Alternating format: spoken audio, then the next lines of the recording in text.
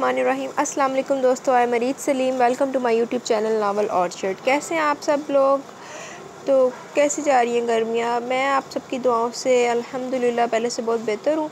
आपका बहुत बहुत शुक्रिया, आपने मुझे दुआओं में याद रखा। बस अब दुआ कीजिएगा कि जल्दी से मेरा पाँव बिल्कुल ठीक हो जाए और मैं ये सूजन वगैरह और ख़ारिश वगैरह सब कुछ ख़त्म हो जाए। तो अब आज ना मैंने फ़ाइनली नेट की डिवाइस भेज दी है। आज मैंने नेट चेंज करवा लेना है। तो फिर जो अभी थोड़ा सा प्रॉब्लम आया ना हमें पीछे कि मैं एपिसोड तो डेली रिकॉर्ड कर लेती हूँ, लेकिन वो ना अपलोडिंग में मसला बन जाता था कि नेट की स्पीड नहीं ठीक आ रही थी। और आजकल तो वैसे भी लाइट और गर्मी बहुत ज़्यादा तंग कर रही है, तो इसलिए वो मसला बनता था। लेकिन अब लाइट का तो कुछ नहीं कर सकते, लेकिन ये है कि अब मैंने नेट चेंज करवाया तो इंशाल्लाह जो पहले घंटों में होती थी ना अपलोडिंग, वो इंशाल्लाह मिनटों में हो जाएगी। तो आज रात तक वो वाला नेट लग जाएगा, तो फिर ना आपको एपिसोड भी इंशाल्लाह जल्दी मिल जाया करेगी। और ये तो जैसे कि आपको पता है आज हमारा फ़र्स्ट जो फरमाइशी नावल है ना वो अपने अख्तिताम को पहुँच रहा है। तो इंशाल्लाह आगे भी हम अपने फ़रमाइशें पूरी करूँगी मैं सबकी। लेकिन गाइज़ मैंने आपको ये एक बात बतानी थी कि जैसे आपको पता है कि सुबह 30 जून की भी 30 है और आई थिंक ज़िलहज का भी चाँद आज या कल नज़र आ जाना है। तो उसके लिए फिर ईद में सिर्फ 10 दिन रह गए हैं। तो अभी जिनकी मुझे फरमाइशें आई हुई हैं ना, जो लॉन्ग नावल्स की आई हुई हैं, जैसे एक ना थी इफ़त ज़हर के 2 नावल्स की फरमाइश आई हुई है। मुझे नेम नहीं एग्जैक्टली याद किन किनों ने की हुई है, लेकिन एक शायद रामीन ने की हुई है और एक तरन्नुम समथिंग नेम है उनका, उन्होंने की हुई है। 2 लिसनर्स ने ना। तो गाइज़ आप लोग की फरमाइश भी ज़रूर पूरी करूँगी, लेकिन इंशाल्लाह ईद के बाद, क्योंकि जो लॉन्ग नावल्स हैं आपको पता है कि टाइम लेते हैं। लॉन्ग नावल्स हैं तो उनको पढ़ने में भी हमें टाइम लगेगा, और फिर अगर बीच में ईद के मेरे कुछ और प्लान्स होते हैं, होप सो आप वो भी जो मैंने प्लान्स बनाए हैं आपके लिए, जो मैंने कल से मैं थोड़ी सी उस पर भी काम कर रही हूँ, तो वो भी आपको बहुत पसंद आएंगे। तो कल से मैं बस बिस्तर पे थी सारा दिन ना, पाँव ने उठने की इजाज़त नहीं दी। तो फिर कल मैंने बैठ के फ़ोन पे ना आप लोगों के लिए कल और परसों बड़ी सर्चिंग की है। तो वो ईद पे सरप्राइज़ दूँगी कि क्या सर्चिंग की है। तो वो फिर ईद के तो हमारा वो उधर गुजर जाएगा। तो फिर ऐसे ना अच्छा नहीं लगता, ऐसे कोई रिदम नहीं बनता कि आधा नावल हम पहले पढ़ें और फिर गैप लेके फिर हम पढ़ें ईद का 4-5 दिनों का गैप लेके। तो इस तरह से ना मुझे नहीं अच्छा लगता। तो इंशाल्लाह फिर हम जो लॉन्ग नावल है ना फरमाइशों वाली, ये इंशाल्लाह राइट आफ्टर ईद पढ़ेंगे। उससे पहले हमारी ये होगी कि जिन लिसनर्स ने फरमाइश की है छोटे नावल्स की, मतलब शॉर्ट नावल्स की, वो हम पढ़ेंगे। नहीं तो फिर मैंने जो अपनी लिस्ट बनाई हुई आप सबके लिए, जुलाई की लिस्ट है, वो आपसे शेयर करूँगी। फिर हम उनमें से कोई ना कोई पढ़ लिया करेंगे जो शॉर्ट होगा। तो शॉर्ट नावल पढ़ेंगे ताकि आप डिफरेंट स्टोरीज़ एंजॉय कर सकें। लॉन्ग नावल हम पढ़ेंगे इंशाल्लाह ईद के बाद। तो किसी ने नाराज़ नहीं होना, फरमाइशें सबकी पूरी होंगी। इनफैक्ट अगर कोई नई फरमाइशें हैं तो वो भी नोट करवा लें, वो भी हम ज़रूर पढ़ेंगे। अगर शॉर्ट वाली है तो अभी नहीं, लॉन्ग वाली है तो ईद के बाद। तो आइए, बातें तो बहुत हो गई, आज हम स्टार्ट करने जा रहे हैं अपनी लास्ट एपिसोड, नावल जिस हद से कोई मक्तल में गया, रिटन बाय सुमैरा शरीफ तूर। इंशाल्लाह आज हमारा ये नावल अपने इख्तिताम को पहुंच जाएगा। एक और सफ़र ख़त्म होगा और हम फिर नया शुरू करेंगे। तो आइए लेट्स स्टार्ट। अब्दुल बारी दोपहर के करीब घर आया तो वो सामने ही लाउंज में बैठी टीवी देख रही थी। कोई नगमा चल रहा था, पूरे लाउंज में आवाज़ नुमाया थी। हर लहजा है मोमिन की नई शान नई आन, गुफ्तार में किरदार में अल्लाह की बुरहान, कहारियों गफ़ारियों को दूसियों जबरूत, ये 4 अनासर हो तो बनता है मुसलमान। ये लहजा है मोमिन की नई शान नई आन, गुफ्तार में किरदार में अल्लाह की बुरहान। राबेल पूरी तरह मुनहमिक थी, वो आगे बढ़ आया था। अस्सलाम वालेकुम राबेल जान, पुरजोश अंदाज था। वो चौंक कर पलटी, अब्दुल बारी को देखकर मुस्कुरा दी। वालेकुम अस्सलाम, इस वक्त घर पर कैसे? वो टीवी की आवाज़ धीमी करके उठ खड़ी हुई।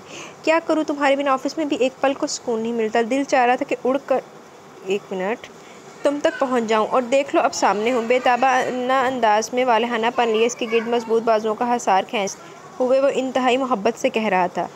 हर गुजरता पल दोनों की मोहब्बत में इजाफा करता जा रहा था। वो तो अपने आप को संभाल लेती थी, मगर अब्दुल बारी कब कोई बात छुपा कर रखने वाला था। जब से अपना आप यहाँ किया था तो फिर कुछ नहीं छुपा रहा था। वो इसकी गुर्बत की गर्मी में बोल भी न सकी।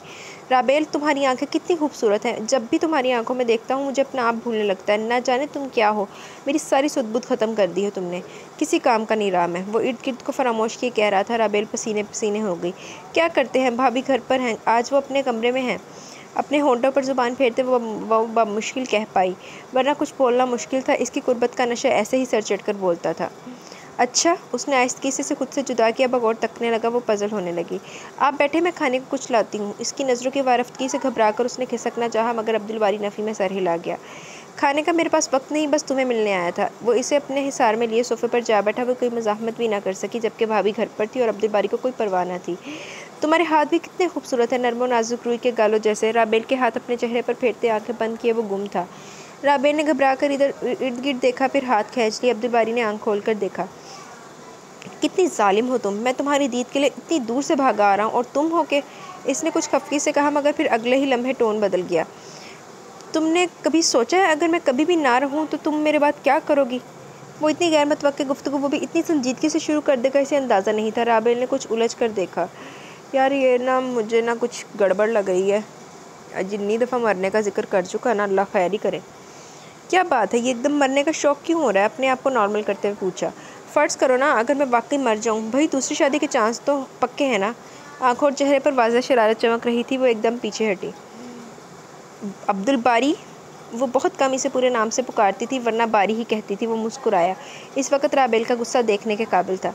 भाई फ़र्ज़ कर रहा हूँ ना, बेवा को इस्लाम दूसरी शादी का हक़ देता है। वो अब भी शरारत पर आमादा था। राबेल ने कुशन उठाकर इसे दे मारा। ये तो मैं बाद में देखूंगी कि क्या हक हासिल है और क्या नहीं। पहले ये तो बताइए, मौत का भूत एकदम सर पर क्यों सवार होने लगा? वो फ़ौरन दो हाथ करने पर तुल गई थी। अब्दुल बारी का हंस हंस के बुरा हाल होने लगा। बारी, इसकी आंखें डुबडुबा गई। जी बारी की जान। वो फ़ौरन संजीदा हुआ। दरअसल थोड़ी देर बाद मैं एक अहम रेड पर जा रहा हूँ। एक बच्चे की बाजियाबी का केस है, काफ़ी बड़ा गैंग है। कभी इतना दिल नहीं घबराया, इसलिए तुमसे मिलने घर आ गया था। दुआ करना कामयाब लौटूँ। हालात ख़तरनाक है, ज़िंदगी और मौत का कुछ इल्म नहीं। पहले मुझे मौत की कोई परवाह नहीं होती थी, मगर अभी मैं अपने बच्चे को देखे बगैर नहीं मरना चाहता। कितनी हसरत थी उसके लहजे में। वो हैरान रह गई। किस कदर संजीदा था। वो दिल ही दिल में खौफज़दा हुई, मगर फिर भी हौसला देने के कहने लगी। हद होती है कम हिम्मती और बुज़दिली की भी। मैं जब इस फील्ड में हैं तो क्या पता कौन सी गोली कब ज़िंदगी से जुदा कर दे। इसके बावजूद बुज़दिलों वाली बातें करें। अगर मौत का इतना ही खौफ सर पर सवार है तो मत चाहें। जिस तरह दूसरे अफसर हाथ पर हाथ धरे ज़मीर फरोश बने बैठे हैं, दोनों हाथों से जेबें भरे, आप भी भर लें। ज़रा क्या होगा? इस वक्त वतन के नौनिहाल जो कि कल के हमारे वतन, वो बिक जाएंगे। जहाँ इतने गुनाह हो रहे हैं सिर्फ फ़ाइलों तक महदूद हैं। अभी इसे भी किसी फ़ाइल में बंद करके रिबन से गिरा लगाकर एक कोने में रख दें। जहाँ इतने लोग वतन को अंदर ही अंदर दिमक की तरह चाट रहे हैं, वहीं आप भी बेज़मीर बन जाएं। यहाँ चोरी हो या डाका, किसी का बच्चा अगवा हो या कत्ल, आला काम के सर पर जूं तक नहीं रेंगती। आप भी खामोश हो जाएं, बेफिक्र हो जाएं। ये मुल्क जिसके लिए लाखों कुर्बानियाँ दी गई, बर्बाद हो या मसमार। इसका लहजा आखिर में कितना कड़वा और जहरखंद हो गया था। नहीं राबेल, मैं ऐसा नहीं हूँ। मेरा तो खुद दिल चाहता है कि इस मुल्क की जड़ें खोखली करने वाले को चुन चुन कर वासले जहन्नम कर दूँ, ओए होए निस्तो नाबूद कर दूँ। मगर बहुत बाइख्तियार होने के बावजूद मेरे हाथ अभी भी बंधे हुए हैं। अब मुझे अयाज सरफराज जैसा रहबर नहीं मिलेगा। CSP तैमूर सकलैन से लेकर DIG इकराम रहमान तक मेरी जान के दुश्मन हैं। इनका बस नहीं चल रहा कि वो मुझे सफास्ती से ही मिटा दे। तुम मुझे बुज़दिली का ताना मत दो। मैं इस मैदान में एक मकसद लेकर आया था, शहादत का रुतबा या फिर फ़तह। ज़िंदगी से कभी इतना प्यार नहीं हुआ। बस अब तुमसे बिछड़ने को दिल नहीं चाहता। हर लम्हा ज़िंदा रहने की ख्वाहिश बढ़ती जा रही है। जब भी ख्याल आता है कि अगर मैं मर गया, वो भी अपने बच्चे को देखे बगैर, तो आखिरी सांस तक एक तशनगी सी दिल में रहेगी। वो पुरअज़म था, मगर आखिर में इसका लहजा टूट सा गया। राबेल की आंखें झिलमिलाने को बेताब हो गई। दिल चाह रहा था कि इसे रोक दे कि वो ऐसी बातें मत करे, मगर दिल खुद भी चाह रहा था कि आज इससे जी भर कर बातें करे। वो जिस मकसद के लिए निकल रहा था, वह ना जाने इसके साथ क्या हो। अब ऐसी बातें करके अपना मकसद और अज़म मत खोएं। खुश जाएं, अपनी तरफ नहीं देखें, इन माओं की तरफ देखें। ना जाने कितनी माओं की गोदे ऐसे हाथ बर्बाद कर चुके हैं। कल जब हमारा बच्चा होगा तो क्या पता कौन से हाथ इसकी तरफ लपक आए। बेहतर यही है कि इन हाथों को अभी से काट दें। वो हौसले से इसे समझा रही थी। तुम कितनी हौसलामंद हो। तुम्हें देखकर मुझे तुम पर रश्क आता है। कभी नहीं तुम डगमगाई। अब भी तुम मेरी राह की एक किरण और रोशनी हो, मेरी मोहब्बत हो। अब्दुल बारी ने बहुत जज़ब से इसे खुद में समेट लिया। आंसू बहने को बेताब थे। वह मुश्किल पीछे धकेल रही थी। धीरे धीरे मुस्कुरा रही थी, जबकि जिस्म जानकनी के अमल से गुजर रहा था। कितना अजीज़ हो गया था वो इसे। अब इसके बगैर रहने का तसव्वुर ही सुहाने रूह था। मैनू कुछ ना कुछ गड़बड़ लग रही है। मैनू लगता अब्दुल बारी आखिरी बारी जा रहे हैं, इन्हें वापस नहीं मुड़ना। अभी निकल रहे हैं? खुद को कंपोज करते हुए पूछा। बस दुआ करना। अब्दुल बारी ने इसके कंधे पर अपना सर रख दिया था। वो इसके बालों में उंगलियां फेर रही थी। कुछ देर बाद वो चला गया। वो जैसे जैसे दूर हो रहा था, राबेल की निगाहों में आंसू भरते जा रहे थे। अल्लाह आपका हामी और नासिर हो। अल्लाह आपको अपने मकसद में कामयाब करे। इस वतन के दुश्मनों को निस्तो नाबूद करें। इसके होंठ दुआ करे थे। राबेल, जिन्नियां तू बददुआवां दित्तियां ना, मैनू लग रहा तेरी बददुआवां लग जानियां दुआवां दी बजाय। इस दफ़ा भी अब्दुल बारी सुरखरू कामयाब लौटा था। शुक्र, लौट आया।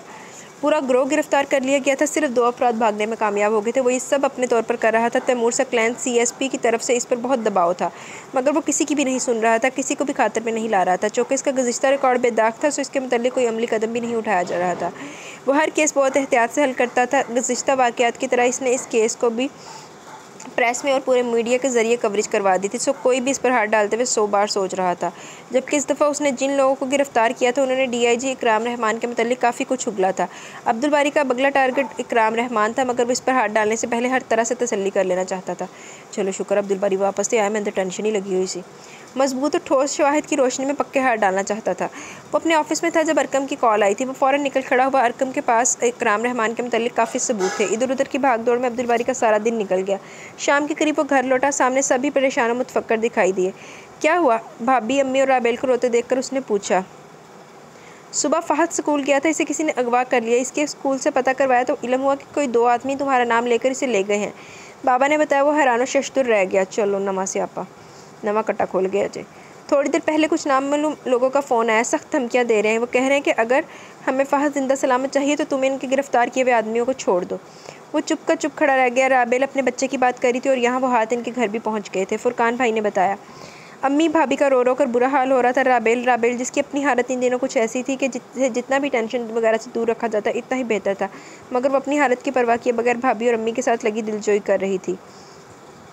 राब्ता करने के लिए उन्होंने कोई मैसेज वगैरह तो छोड़ा होगा। फ़हद तो इसे भी बहुत अजीज़ था और ये और बात थी कि कभी आगे बढ़कर मुजाहरा नहीं किया था। और अब ये नंबर्स लिखवाए थे इन्होंने। हमने 1-2 दफ़ा इन नंबरों को ट्रेस करवाने की कोशिश की, मगर कोई रिस्पॉन्स ही नहीं मिल रहा। बाबा ने इसे एक पर्चा थमाया। वो बगौर देखने लगा। बेफिक्र रहिए और हौसला कीजिए, मैं देखता हूँ इंशाल्लाह फ़हद जिंदा सलामत घर आएगा। पर्चा जेब में डालकर वो बाहर निकल गया। बारी रुको। अभी वो गाड़ी में बैठ रहा था जब राबेल की आवाज़ पर रुक गया। पलट कर इसे देखा। रो रो कर आंखें सूजी हुई थी। बड़ी सी चादर अपने वजूद को छुपाए वो इसके करीब आ गई थी। ख्याल रखिएगा, किसी भी लम्हे जज्बाती ना हो जाइएगा। एक तरफ वतन के दुश्मन है तो दूसरी तरफ फ़हद। बस हमें फ़हद चाहिए जिंदा सलामत। कुछ भी करें बस वो हमें ला दें, वरना भाभी रो रो कर मर जाएंगी। हाथों में चेहरा छुपाकर वो रो पड़ी। अब्दुल बारी ने लब भेज लिए। हौसला रखो, इंशाल्लाह वो मिल जाएगा। आग जब घर को लगती है तो इल्म होता है कि इसकी तपश क्या है। इसने इससे दावा बहुत बड़ा किया था और आज अब्दुल बारी इसका कंधा थपथपाकर चला गया। खून के रिश्तों की कशिश और दुख कितना गहरा होता है, पीछे वो डुबडुबाती आंखों से समेत इसे देखती रही। फिर अब्दुल बारी चला गया। फिर मैंने टेंशन लग गई। अब्दुल बारी ने इन लोगों से रब्ता किया। मसालत की कोई राह निकालना चाहिए, मगर वो किसी भी तरह आमादा ना हुए। फ़हद के बदले इनकी डिमांड बहुत बड़ी थी। इसने बड़ी जान जोखों से ये केस हल किया था, बहुत सा दबाव बर्दाश्त किया था, हत्ता कि मौत की भी परवाह न करते हुए बेखौफ खतर आग में कूद पड़ा था। एक तरफ अगर वतन की बागडोर संभालने वाले रोने हालों का मुस्तकबिल खतरे में था, मट्टी का फर्श था, तो दूसरी तरफ अजीज़ जान हस्ती थी। वो कभी भी रिश्तों के मुतालिक इतना हसास नहीं हुआ था सिवाय राबेल के, मगर इस मोड़ पर आकर वो उलझ गया था। वतन से बढ़कर कोई चीज़ अहम नहीं। जब ये वतन ही नहीं होगा, इसकी बागडोर संभालने वाले हाथ ही नहीं होंगे, तो फिर क्या हम और क्या हमारे बच्चे। खुद से लड़ते लड़ते एक फ़ैसला हो गया। खून की कशिश से ज़्यादा वतन की मोहब्बत जीत गई थी। एक नए अज़म, एक नए वलवले के साथ वो मैदान में उतरने के लिए तैयार था। तैयारी हर तरह से मुकम्मल थी। ज़िंदगी और मौत अल्लाह के हाथ में। वो बेहतर तदबीर तो कर सकता था और आखिरी दम तक अल्लाह की रहमत से मायूस नहीं था। अब्दुल बारी। जदीद दौर था, सब लोग बहरू बदले हुए थे। पूरी प्लानिंग की गई थी। कमी तो पहले भी कोई नहीं होने देता था। इस दफ़ा ख़ास तैयारी की थी। बहुत खुफिया पैमाने पर कार्रवाई की गई थी। ज़मीन की तह तक जा खंगाला था। फ़हद सही सलामत मिल गया था, मगर वो खुद इस रेड में बुरी तरह ज़ख्मी हुआ था। हाय हो गया ज़ख्मी। अरकम फ़हद को घर ले गया था। घर के इर्द गिर्द पुलिस का सख्त पहरा लगवा दिया गया था। खुद तो वो इस हालत में भी ना था कि कुछ कर सकता। अरकम को सख्त ताकीद की कि घर वालों को इसके ज़ख्मी होने से कतन बेखबर रखा जाए, और अरकम ने और दूसरे साथियों ने इस काम को बखूबी सर अंजाम दिया। पीछे घर वाले कतई बेखबर थे। सब यही समझे हुए थे कि वो किसी न किसी काम में उलझा होगा। अलबत्ता फ़ोन पर 1-2 दफ़ा बात की थी, जिससे घर वाले मुतमईन हो गए। हाय। इसे अस्पताल में तीसरी रात ही डॉक्टर ने इसे ओके कर दिया था और बेड रेस्ट की ताकीद की थी। रात अस्पताल में गुजारने की बजाय इसने अरकम से छुट्टी लेने की बात की थी। 2 बजे के करीब वो घर पहुंचा था। अरकम इसे घर छोड़कर चला गया तो वो कमरे में आ गया। गेट पर चौकीदार था। इसने दरवाज़ा खोला। इसे 1-2 खास ताकीदें करके वो अंदर आया। इसका ख्याल था कि राबेल सोई होगी, मगर इसे जाए नमाज़ पर खड़े देखकर रुक गया। वो शर्ट उतार कर सोफे पर नींद नाराज़ हो गया। जुलाई का महीना चल रहा था। गर्मी खासी ज़ोरों पर थी। गर्मी तो इधर भी बहुत आत्म मची पड़ी है। डॉक्टर की दी गई मेडिसिन से कनूद की तारी हो रही थी, मगर वो इतनी जल्दी राबेल से बात किए बगैर सोना नहीं चाहता था। सलाम फेर कर पलट कर राबेल ने देखा। अब्दुल बारी को रूम में देखकर हैरान हुई। अब्दुल बारी की इस वक्त जो हालत थी वो ज़्यादा शौकज़दा कर गई। सीने में बाजू पर पट्टियाँ बंधी हुई थी। वो बहुत सूरत से इसकी तरफ आई। इस दिन से गायब था। फ़हद को भेज दिया था। बारी नहीं, खुद नहीं आया था। फ़ोन पर 1-2 दफ़ा बात हुई थी तो सब खैरियत है कहकर तसल्ली दे दी, मगर अब ये हालत। वो आंखें बंद किए नीम दराज था। बारी वो घुटनों के बल इसके सामने बैठी बारी ने बोझल आंखें खोल दी थी। ये सब क्या है बारी? इसके घुटनों पर हाथ रखे वो पूछ रही थी, जबकि आंखें बस बहने को बेताब थीं। एक फ़र्ज था, मोहब्बतों का, रिश्तों का ख्याल ही न रहा और ये हालत हो गई। अब दुआ है किसी तो मट्टी का कर्ज भी उतार दूँ। सच शुक्र में खुदगर्ज ना बना, वरना ये मोहब्बतें बहुत बड़ा खराज मांग रही थी। बस अब तो वतन की राहों को अपने खून से मनव्वर करना बाकी है। वो बोझल आवाज़ में बोझल आंखें लिए ना जाने क्या कह रहा था। इसकी हालत राबेल के लिए नाकाबिले बर्दाश्त थी। कब देखा था उसने कभी इस शेर जवान मर्द को यूं इस हालत में? गुनूदगी तारी थी इस पर। राबेल ने से झंडोर डाला। बारी होश करें प्लीज़, बिस्तर पर चलकर लेटे, रोहान से लहजे में कहा गया। बारी उठ खड़ा हुआ। राबेल ने अपने कमज़ोर से वजूद का सहारा दिया। लेटकर वो बहुत मुश्किल आंखें खोलकर मुस्कुराया। इसलिए मैं घर नहीं आ रहा था, जानता था इस हालत में देखकर तुम सब लोग परेशान हो जाओगे। इसे मुसलसल आंसू बहाते देखकर बारी ने टोका तो वो ज़ब्त खो गई। तो फिर मैं क्या करूँ, बताएं मुझे, मैं क्या करूँ? वो इसके कंधे पर अपना सर रखकर फूट फूट कर रोई थी। हत्ता कि ये भी ख्याल नहीं रहा कि इसके सीने पर ज़ख्म है। हट जा कुड़िए, ज़ख्म ना दिखा दी उधर। राबेल दर्द नाकाबिले बर्दाश्त हुआ तो उसने अपने कंधे से इसका सर हटाया। अब्दुल बारी के चेहरे पर तकलीफ़ के आसार देखकर वो खुद ही नादिम हो गई। थोड़ा बंदा होश ही कर ले, रोने लगे अभी पहले ही एडी तकलीफ च। आई एम सॉरी, कैसे हुआ ये सब? खुद पर कुछ काबू पाकर पूछा। अब्दुल बारी ने आहिस्ता आहिस्ता से सारी तफसील कह सुनाई। बस ज़ख्म है, चंद दिनों में नॉर्मल हो जाएंगे। अस्पताल में सख्त बेचैनी महसूस करा था। डॉक्टर की मसीहाई सुकून नहीं दे रही थी। तुम्हें देखने की तलब थी, बस रात के इस पहर सब छोड़ छाड़ कर तुम्हारी मसीहाई में चला आया। वो कह रहा था, कितनी शिद्दत थी जज्बों में। वो जवाब में कुछ भी न कह पाई, बस इसका सर अपने हाथों से दबाने लगी।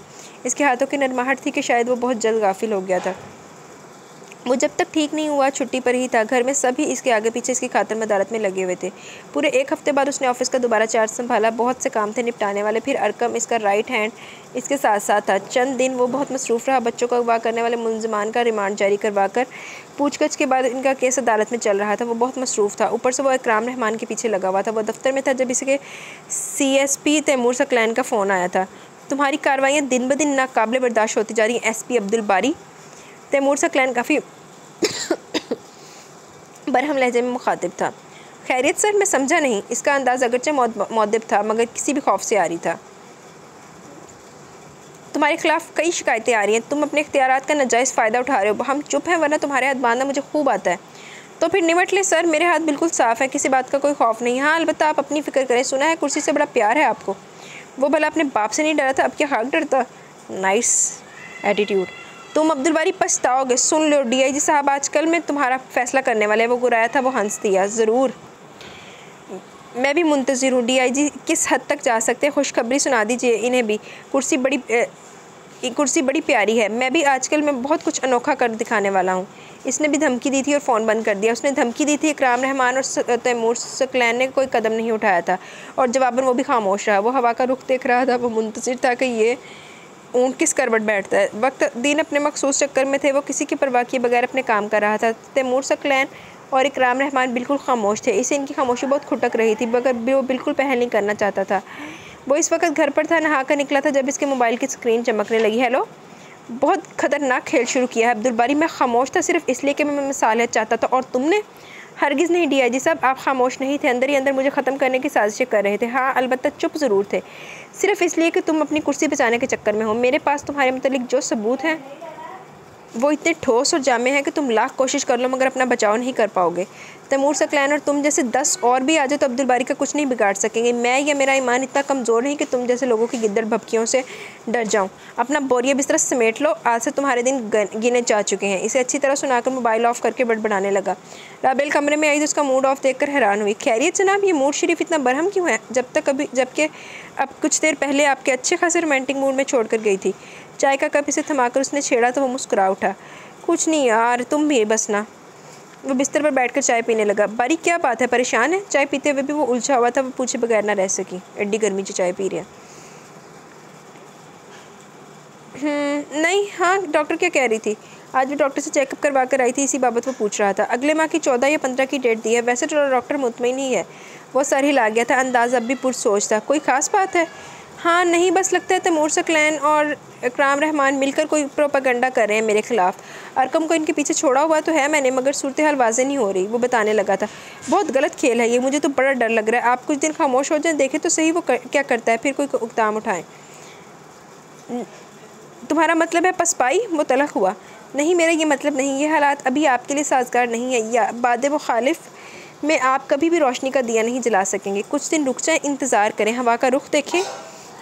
और फिर तीर चलाएं, वरना कुछ हाथ नहीं आएगा। ये ज़ाती मुखालफत नहीं है, वतन की साख का सवाल है, जबकि वो ज़ाती दुश्मनी पर उतर आया। अब तक तो मैं हवा का रुख ही देख रहा था, मगर अब इंतज़ार करना मेरे बस में नहीं। जब तक मैं तीर चलाऊँगा ये वतन, इसकी सलामती, इसकी बका ख़तरे में होगी। अब मैं एक लम्हे का भी इंतज़ार नहीं कर सकता। ये जान क्या है, अल्लाह की देन है। क्या हर्ज अगर इसकी राह में चली जाए तो? राबेल जान, मैं हारा भी तो शहादत जैसा रुतबा होगा, जीता तो गाजी होगा। ये एहसास होगा कि ये जान वतन की अमानत थी और वतन के काम आ गई। जो मकसद दिल में लेकर चला था, इसकी खातिर अगर ये बेकार सी जान भी चली जाए तो कोई खौफ नहीं। ये तो वतन की मिट्टी का कर्ज होगा। अगर मेरे खून का आखिरी कतरा भी इस मुल्क की मिट्टी में जज़ब होगा तो समझूंगा मैंने अपना हक़ अदा कर दिया है। मैं गुनाहगार था, मगर अल्लाह ने दिल में एक रोशनी जला दी थी। आखिरी सांस तक लड़ूंगा। वो पूरज़म था, आंखों में ईमान के सितारे चमक रहे थे। आमीन। राबेल की आंखें आंसुओं से भरी हुई थी, मगर होंठ कह रहे थे, यार मुझे भी अब जितना ये शहादत के लिए तड़प रहा है ना, मुझे लगता है कि इसके साथ ना कुछ हो जाना है। बाकी ये वैसे ना 14 अगस्त का नावल था, ये हमें ना अगस्त में पढ़ना चाहिए था, लेकिन खैर अभी भी पढ़ लिया, तो आप 14 अगस्त में दोबारा सुन लीजिएगा। अब्दुल बारी ने आखिरकार बिल्ली थैले से निकाल ही ली थी। इकराम रहमान से मुतल्लिक तमाम सबूत मंजर आम पर ले आया था, जिसका नतीजा ये निकला कि न सिर्फ इकराम रहमान खुद मुस्तफ़ी हुआ, बल्कि साथ ही तैमूर सकलैन का मुस्तकबिल भी खतरे में डाल गया। इस दफ़ा भी उसने मीडिया का सहारा लिया था और यही इसका मस्बत पॉइंट था। कंप्यूटर का दौर था, खूब कवरेज किया गया केस को। अब्दुल बारी की तवक्का से बढ़कर कामयाबी मिली थी। तैमूर सकलैन, तुम भूल गए हो, तुम एक आम हेड कांस्टेबल थे और मैं तुम्हें एसपी के ओहदे पर लाया था। अब तुम्हारा माथे मेरे पर खचे उड़ाने पर तुला हुआ है। इकराम रहमान ने तैमूर सकलैन के ऑफिस फ़ोन किया। वो खूब बरहम हो रहा था। मैं शर्मिंदा हूँ सर, ये लड़का अपने इरादों में अटल है। इस तरह चाल चलता है कि समझ ही नहीं आ रही। सबसे बड़ी बात है कि वो मीडिया को इस्तेमाल कर रहा है। मैंने बहुत कोशिश की थी कि वो पैसे वगैरह के लालच में आने वाला नहीं। तो फिर क्या देख रहे हो, टपका दो इसको, इससे पहले कि इसके हाथ तुम्हारी गर्दन तक पहुंचे। कोई भी तरीका इस्तेमाल करो, रास्ते से हटा दो, मंदिर से गायब करो। अब मेरी ज़िंदगी का सवाल है। वो काफ़ी परेशान था। सर मैं कुछ भी नहीं कर सकता, इस तरह हम फंस भी सकते हैं। हाँ अलबत्ता एक और तरीका है जिससे ना सिर्फ ये केस ख़त्म हो सकता है, बल्कि आप बहाल भी हो जाएंगे और ये लड़का भी मंदिर से हट जाएगा। तैमूर सकलैन के शैतानी जहन ने कहा। वो क्या, जल्दी बोलो। वो बेताब था जानने को।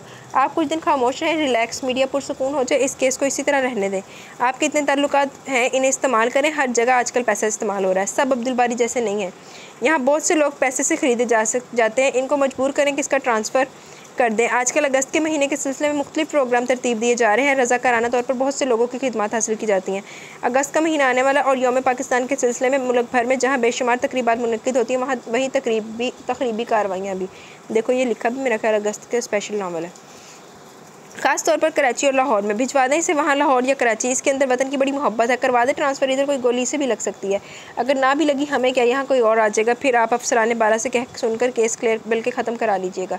इस तरह आप बहाल भी हो जाएंगे और हमारे ऊपर कोई एतराज़ भी नहीं आएगा। जहाँ तक मीडिया की बात है तो यहाँ बेशुमार ऐसे केस होते रहते हैं। कौन पूछता है आज मरे कल दूसरे दिन वाली बात है। कोई पूछगछ नहीं होगी। बस जल्द से जल्द इसके ट्रांसफ़र के आर्डर जारी करवा दें। ये काम करके कर तो मैं भी सकता हूँ, इस तरह मुझ पर शक हो सकता है। बस यही शो करवाएं कि ऊपर से ऑर्डर आए हैं। तैमूर सकलैन के साजिशी जहन ने एक नया मंसूबा तरतीब दिया था।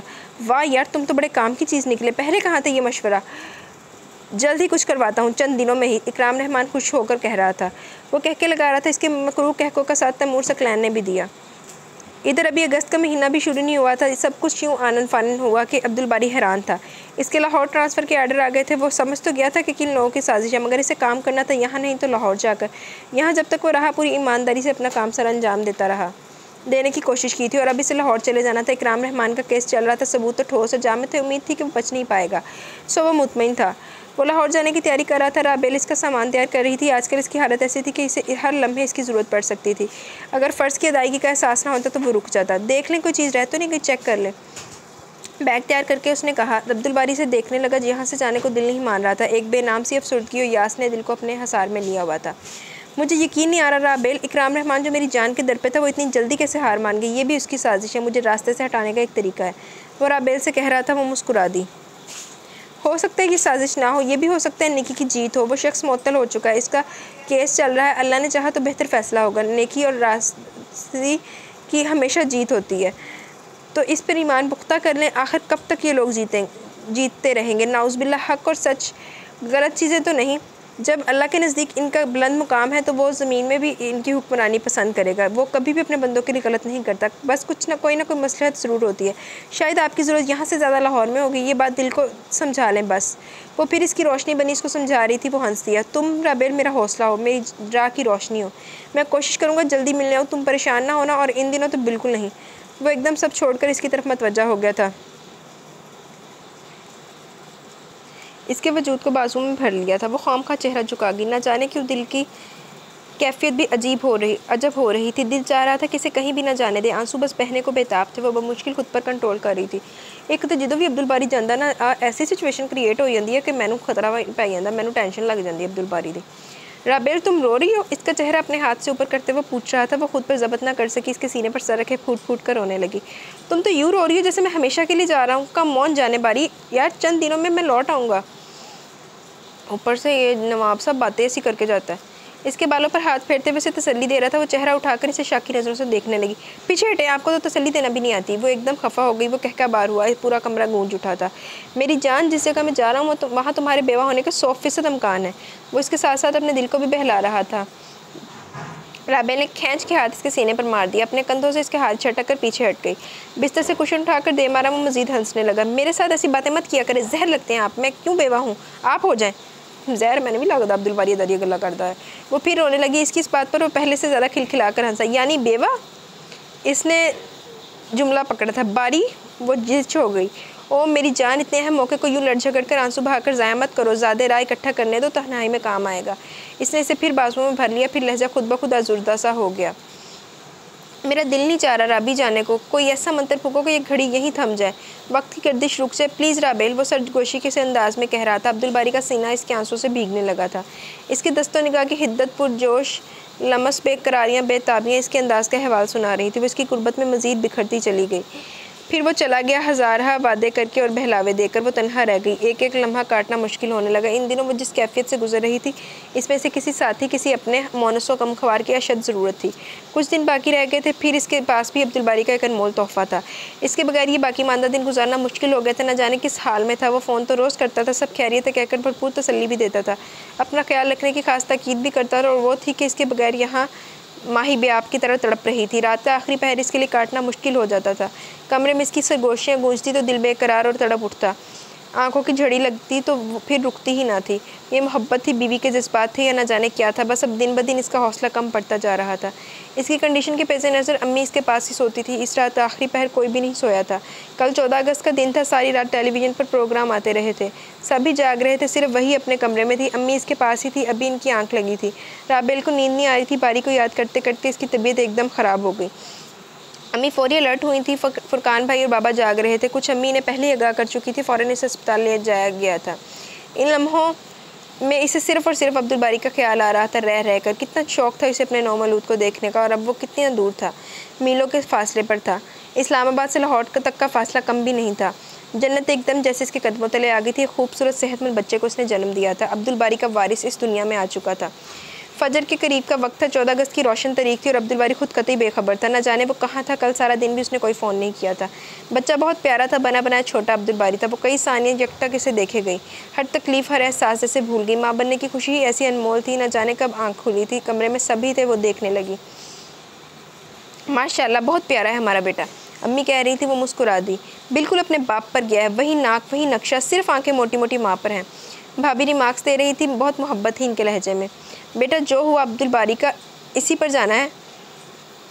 बेटा जो हुआ अब्दुल बारी का इसी पर जाना है, बाबा ने भी मुस्कुरा कर कहा। अब्दुल बारी को इत्तला दे दी। इसे जैसे एकदम याद आया था। नहीं, एक दफ़ा इसके सेल पर कोशिश की थी, मगर शायद सेल ऑफ है। फुरकान भैया ने बताया तो वो कुछ मायूसी हो गई। बाकी का सारा दिन इसी तरह गुजर गया। केस बज़ाहिर नॉर्मल था, मगर वो बहुत कमज़ोर हो गई थी। डॉक्टर ने 2 दिन अस्पताल एडमिट रहने की हिदायत की थी। अम्मी को रात को अम्मी सो गई, बाकी सब घर चले गए। इसने सराहने रखा, मोबाइल उठाया जो भाभी दे गई थी। कितनी देर तक नंबर मिलाती रही, फिर एक कोशिश आखिरकार कामयाब हो ही गई। बारी बारी कहाँ थे, सेल क्यों ऑफ किया हुआ था? वो इसकी आवाज़ सुनकर रो देने को थी, बगैर सलाम दुआ के एकदम मुखातिब थी। तुम राबेल, खैरियत रात के इस वक्त?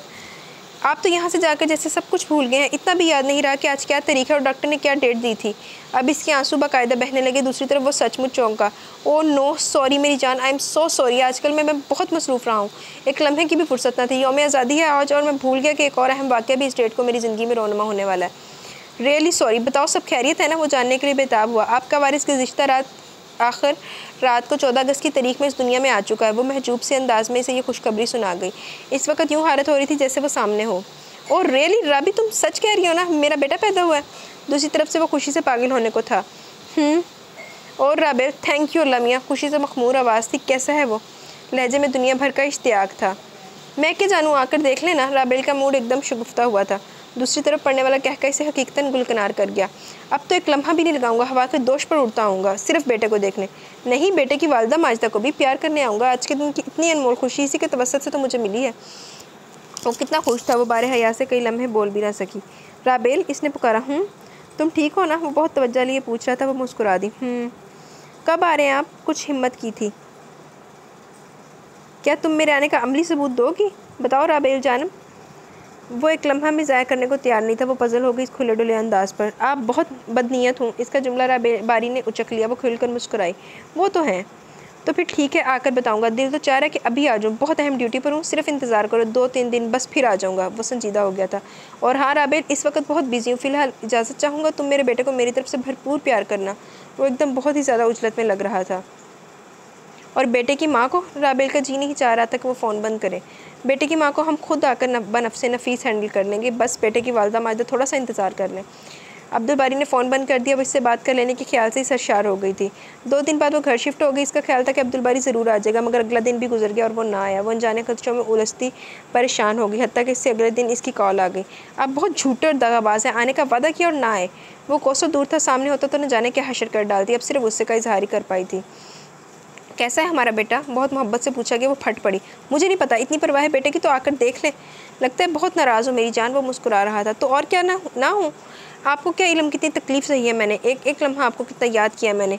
अगर मुझे कुछ होता तो फिर क्या करते आप? वो रो पड़ी थी बिल्कुल बच्चों की तरह। अब्दुल बारी की दूरी ने इसे क्या से क्या बना दिया था। वो हैरान था।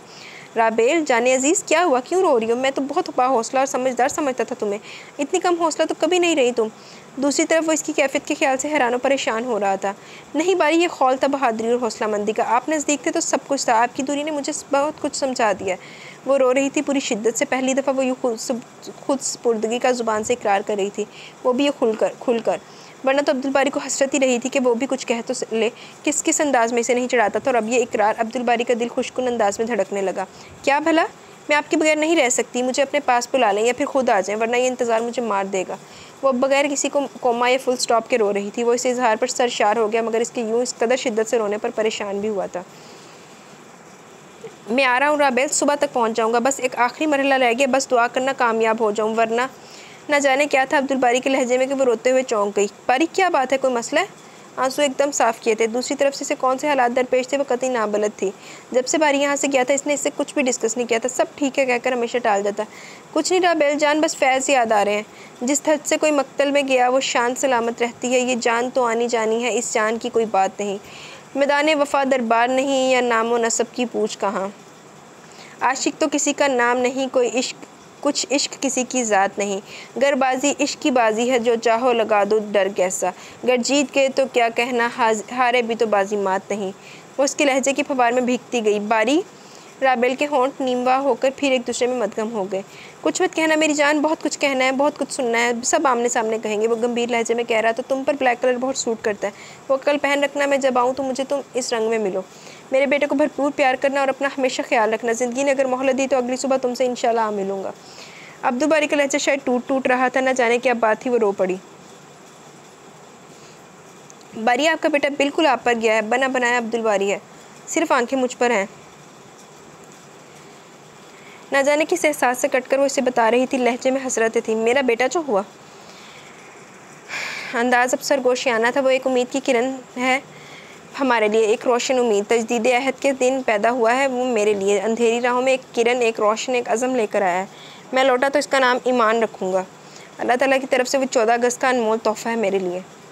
यार ये तो बड़ा ही दुखी जा रहा है। मैं आप दुखी हो ही जा रही। अच्छा, फ़ोन बंद हो चुका था। वो कितनी देर तक साकिन से बैठी रह गई। ना जाने कौन कौन सी तशनगियाँ थी जो अब्दुल बारी के लहजे में बोल रही थी। वो समझ नहीं पा रही थी। सबको इल्म हो गया था कि अब्दुल बारी आ रहा है। सभी बहुत पुरजोश थे और वो खुद थी कि अगली सुबह ही सुबह लिबास फ़ाखरा बदल कर, बच्चे के भी कपड़े बदल कर इसकी मुंतज़िर थी। जो वक्त गुजरता जा रहा था इसका दिल बैठता जा रहा था, हत्ता कि सुबह से दोपहर का वक्त आ गया। कितनी दफ़ा वो इसके सेल पर ट्राई कर चुकी थी, मगर वो ऑफ था। बेल ही नहीं जाती थी। इसका दिल अनजाने खौफ के हसार में सिमटने लगा। बच्चे को फीड करके वो बाहर आई थी। लाउंज में रखे फ़ोन की बेल बजी थी। इसने फ़ौरन आगे बढ़कर रिसीवर उठा लिया। बाकी सब भी वहीं थे, सब मतवज्जा हुए। हेलो जी, कौन? अच्छा मिसेज़ अब्दुल बारी जी, एक इत्तला है आपके लिए लाहौर से। मैं इनका ख़ास साथी अरकम बोल रहा हूँ।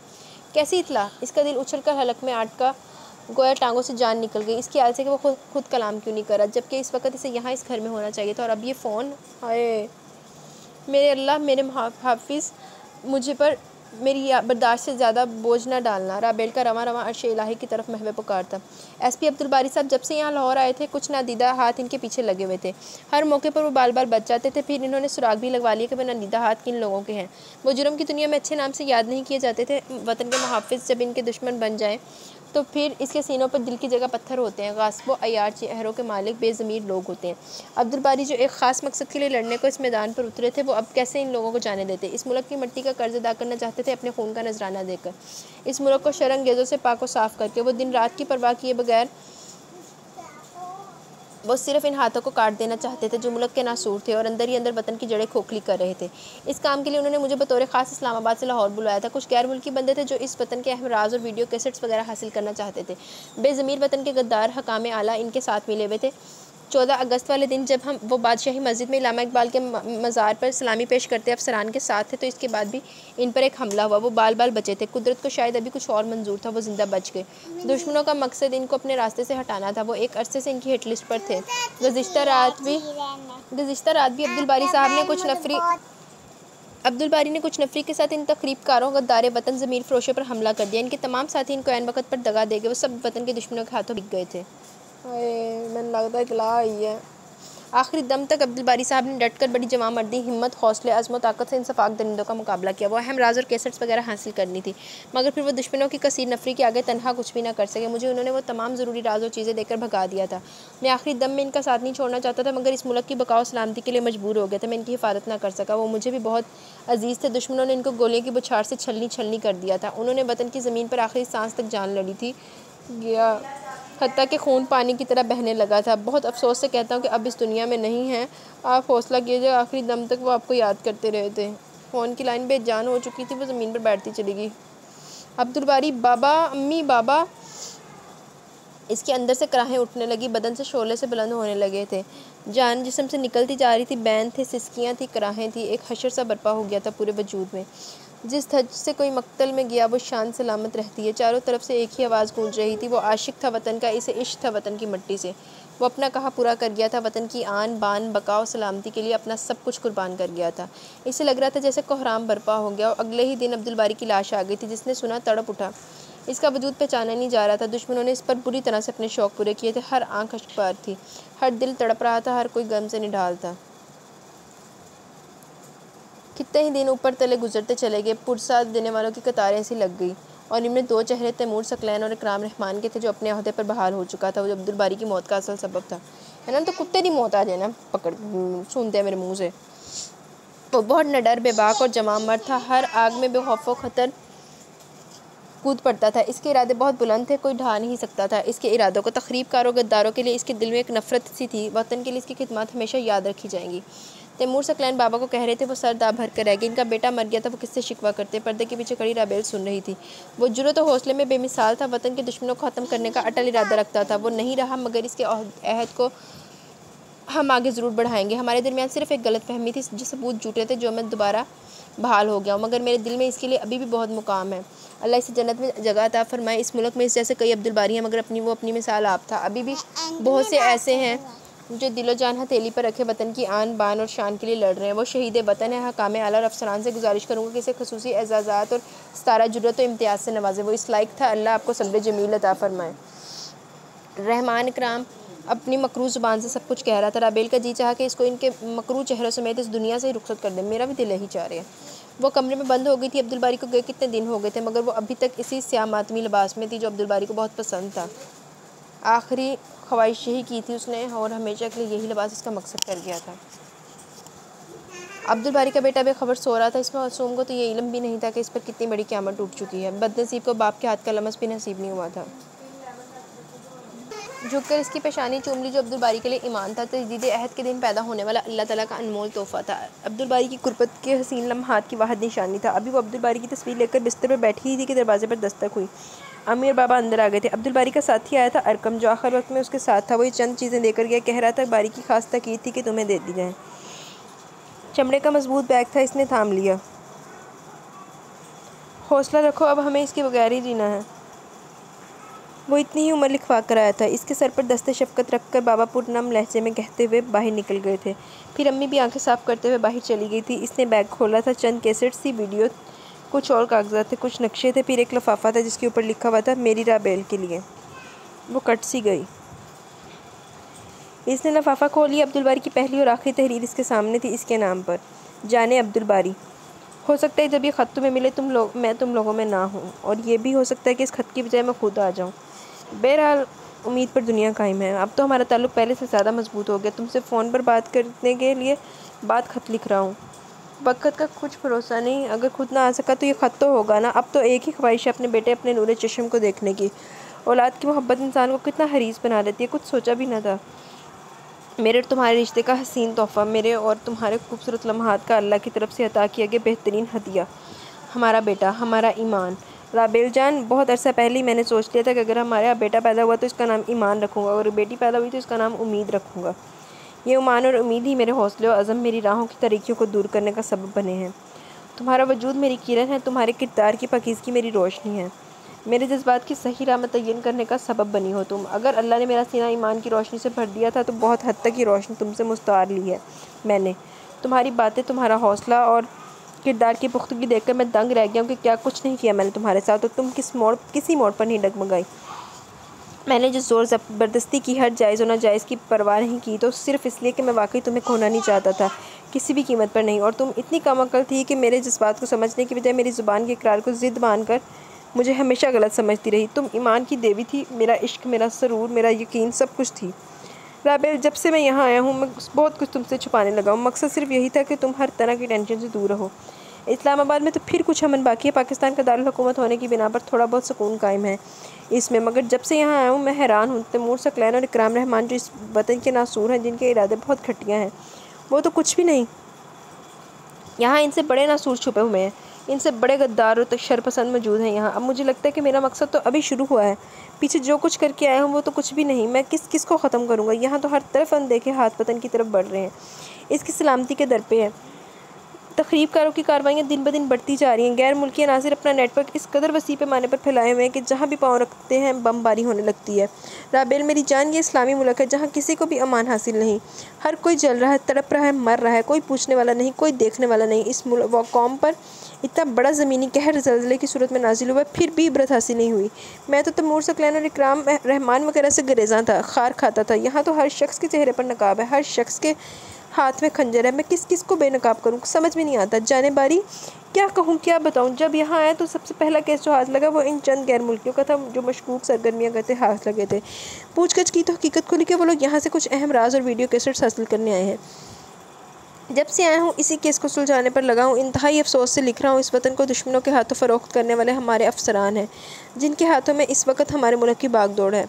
राबेल, इस वक्त मैं एक अहम रेड पर जा रहा हूँ। इससे पहले कि वो अहम राज गैर मुल्कियों के हाथ लगे, मैं इन्हें वतन दुश्मनों के हाथों से छीन लेना चाहता हूँ, जिन पर वतन की बका और सलामती का इन्हसार है। मैं नहीं जानता वापस लौटता हूँ या नहीं। तैयारी तो अपनी तरफ से खासी मुकम्मल है, मगर मुझे इतना यकीन है कि अब मेरा ईमान कभी कमज़ोर नहीं होगा। तुम मेरी रोशनी हो, वतन की मोहब्बत मेरी ऑक्सीजन है, मेरा बेटा मेरा ईमान बनकर मेरे चारसू है।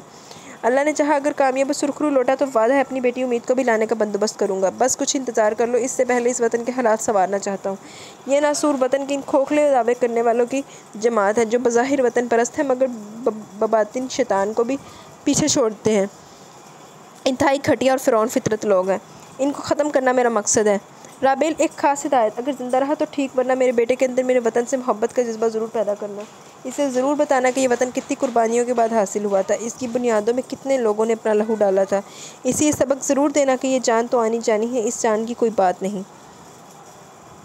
जब मरना तय है तो क्या फ़र्क पड़ता है कि अगर ईमान की हालत में वतन की राह में खून बहे।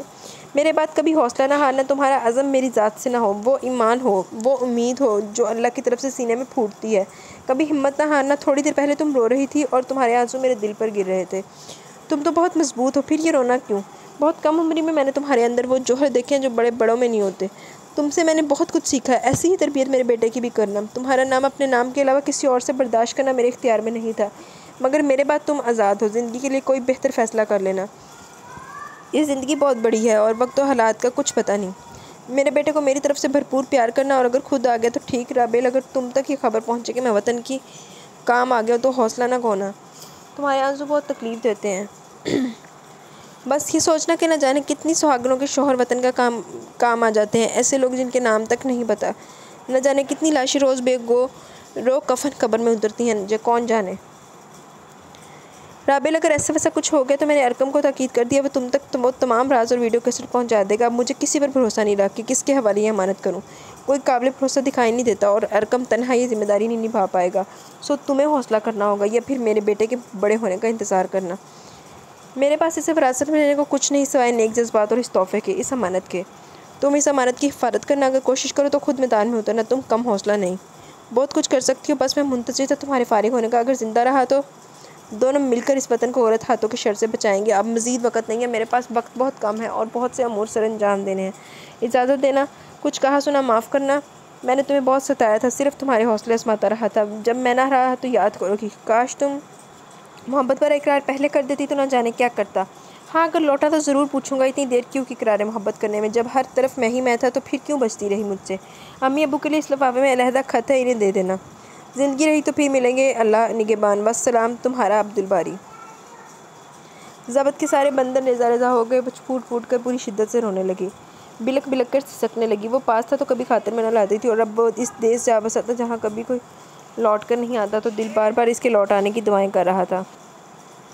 कहा ना बंद करो अपना ये नाटक। अभी ज़िंदा हूँ, जब मर जाऊँ तो तब जितना चाहे रो लेना। अभी तुम्हारा हंसना रोना सिर्फ़ और सिर्फ मेरी मर्ज़ी से हुआ करेगा। राबेल बेगम, समझी तुम?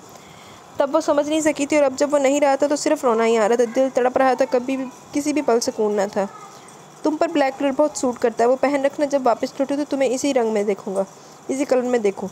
कैसी अनोखी फरमाइश की थी, वो कट सी गई। अब ऐसी फरमाइश करने वाला कभी कोई फरमाइश नहीं करेगा, जबकि वो अभी भी इसी की ख्वाहिश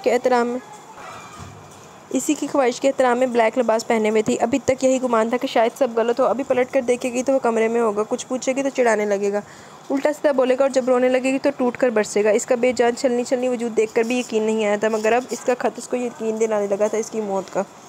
तुम तो बहुत मजबूत हो, फिर ये रोना क्यों? बहुत कम उम्र में मैंने तुम्हारे अंदर वो जौहर देखे जो बड़े बड़ों में नहीं होते। वो फिर अनोखे अंदाज में कान में सरगोशी कर रहा था।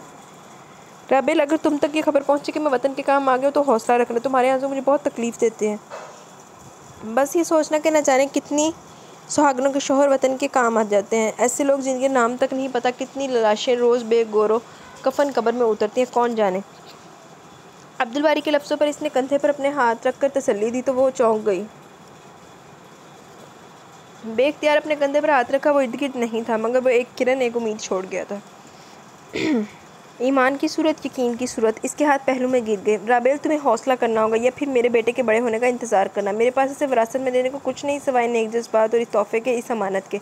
तुम इस अमानत की हिफाजत करना अगर कोशिश करो तो खुद मैदान में उतरना। तुम कम हौसला नहीं हो, बहुत कुछ कर सकती हो। अब्दुल बारी इसके कान में फिर सरगोशी कर रहा था। वो फूट फूट कर रोई। मैं मुंतज़िर था तुम्हारे फारिग होने का। अगर ज़िंदा रहा तो दोनों मिलकर इस वतन को गलत हाथों के शर से बचाएंगे।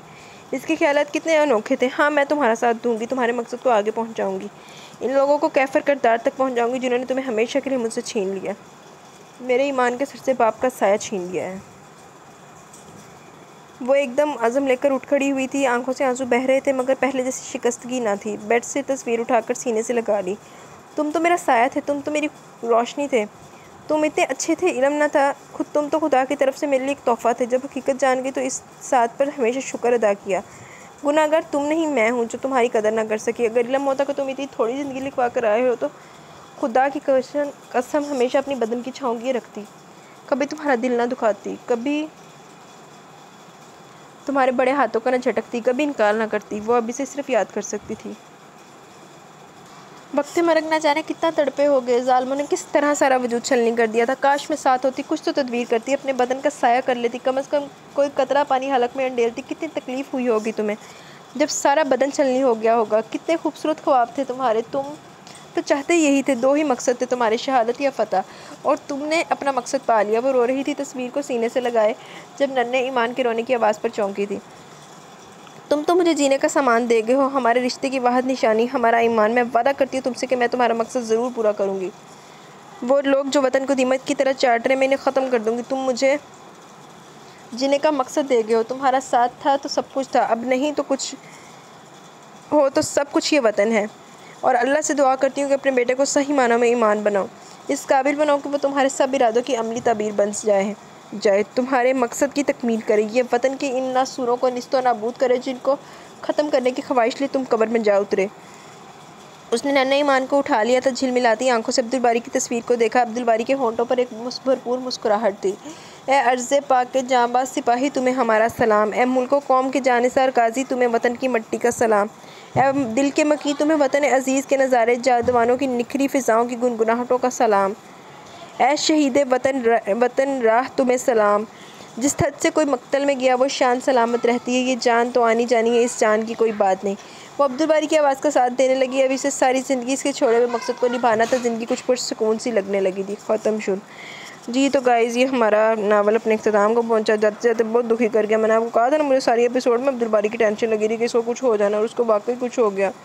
ये आसिया बास अरीज शाह के बाद आपने दूसरा मेरे पे बड़ा जुल्म किया। मुझे दुखी नावल पढ़वा के, मैं दुखी नावल नहीं पढ़ती। और यार आप लोग मेरे से ना ऐसे नावल की फरमाइश ना किया करो जिसमें हीरो मर जाए या हीरोइन मर जाए, मुझे फिर बड़ा दुख रहता है।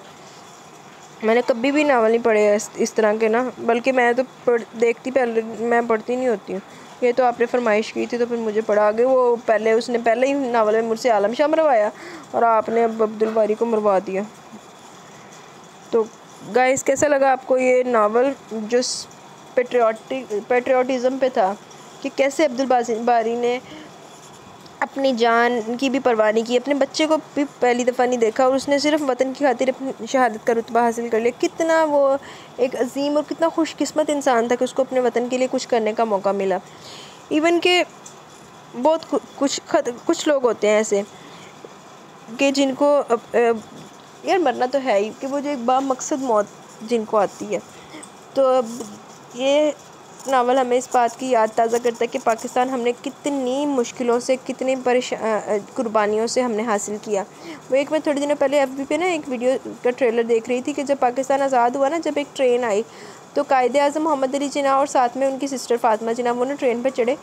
तो वहाँ पे वो जो ट्रेन का मंजर था ना, वो अभी भी याद करके ना रोंगटे खड़े हो जाते हैं। उन्होंने वो सब अपने लाइव देखा कि किस तरह पूरी ट्रेन में जो भी डिब्बा था ना, हर एक बंदा मरा हुआ था। वो गोलियों से उनके वजूद छलनी हुए पड़े थे और सिर्फ एक बच्चा, छोटा सा बिल्कुल बच्चा, वो रोने की उसकी आवाज़ आई तो फातिमा जिन्ना ने जाके ना उनको, उस बच्चे को उठाया, अपनी गोद में लिया। तो उसके पेरेंट्स भी मर चुके थे, शहीद हो गए थे वतन की राह में ना। उन्होंने उस डिब्बे में कोई भी एक ऐसा बंदा नहीं बचा था कि जो ज़िंदा हो, और उसका वजूद, सबका वजूद ना गोली से छलनी हुआ था। तो वो बहुत एक ना वो हार्ट टचिंग वीडियो थी।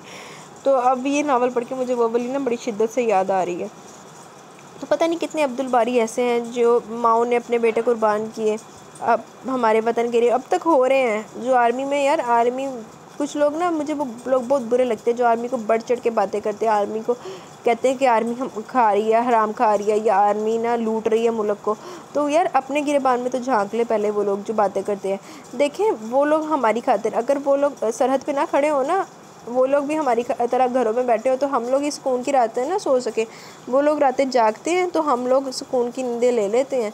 हम अगर यहाँ पे अगर सिर्फ हमारे पास, हमारे मुल्क में कुछ नहीं बचा, सब देखते हैं, सबको पता है कि क्या ये जो पॉलिटिशियंस हैं, हर कोई एक दूसरे के पीछे पड़ा हुआ है, हर कोई सिर्फ सबको कुर्सी से प्यार है, हर कोई करप्शन कर रहा है, हर चीज़ का बहरान है मुल्क में। लेकिन अगर हमारा ये मुल्क खड़ा है ना अपनी जगह पे, अगर ये दोबारा कोई गुलामी का शिकार नहीं हुआ तो इसके पीछे यही कार फरमा है वजह कि इसके पीछे पाक आर्मी है। पाक आर्मी है तो वो हमारे लिए वो फ्रंट लाइन ऑफ डिफेंस वो लोग खड़े हुए हैं, तो हम लोग यहाँ पे पुरसुकून ज़िंदगी गुजार रहे हैं। अगर वो भी अपना वो आराम देखें, हमारे कहेंगे इन्होंने तो हमें कहना ही है, जो मर्ज़ी कहते रहे, वो भी अपना आराम देखें, तो फिर तो ऐसे नहीं होता, फिर हम लोग गुलामी ही वाली ज़िंदगी ही बसर कर रहे हों, फिर हालात से बहुत मुख्तलिफ हों। हाँ, काली भेड़ें हर जगह पे होती हैं, ये नहीं मैं कहती कि उधर आर्मी में कोई नहीं होंगे, कुछ ना कुछ उधर भी होंगे। करप्ट लोग हर जगह पे एग्जिस्ट करते हैं, वो गद्दार, मीर सादर और मीर जाफ़र हर जगह पे होते हैं। लेकिन यार उसके आप कुछ गद्दारों की वजह से, कुछ लोगों की वजह से बाकी सबको भी तो ना गंदा करो। बाकी ये वाला नावल था 14 अगस्त स्पेशल, तो आप लोग इसको सुनना चाहें तो 14 अगस्त में ज़रूर सुनिएगा। बाकी कोशिश होगी कि अगस्त में हम लोग कुछ स्पेशल पढ़ें। तो अब अपना ज़रूर बताइएगा कि आपको कैसा लगा ये नावल, और अपनी राय का भी इजहार कीजिएगा। और यार जिनकी फरमाइश पे पड़ा था वो लोग तो गायब ही हो गए, सिर्फ फर्स्ट एपिसोड पे उनका एक आधा कमेंट आया था, वो भी छोटा सा। यार अगर आपकी फरमाइश पूरी कर रही हूँ तो आप लोग भी मेरी थोड़ी सी फरमाइश पूरी कर दो, थोड़ा सा कमेंट तो करो, कोई मुझे थोड़ा सा मोटिवेशन मिले। एक तो आपने मुझे इतना दुखी नावल पढ़ाया है और फिर ऊपर से आप ऐसे भी नहीं कर रहे, इसको कमेंट भी करके सही तरह से बता भी नहीं रहे कि आपको कैसा लगा कैसा नहीं लगा, तो दैट्स नॉट फेयर यार, ज़्यादती है मेरे साथ ये। जी ये मेरी बेटी ने थोड़ी सी बात करनी है, उरब ने इससे बात करने करो जी। अस्सलाम वालेकुम, आपका क्या हाल है? आप सब बोल सकते हो, पर हम भी आपको मिट रहे फिर। बोलो आपको ये कैसा लगा नावल? आपको कैसा लगा नावल?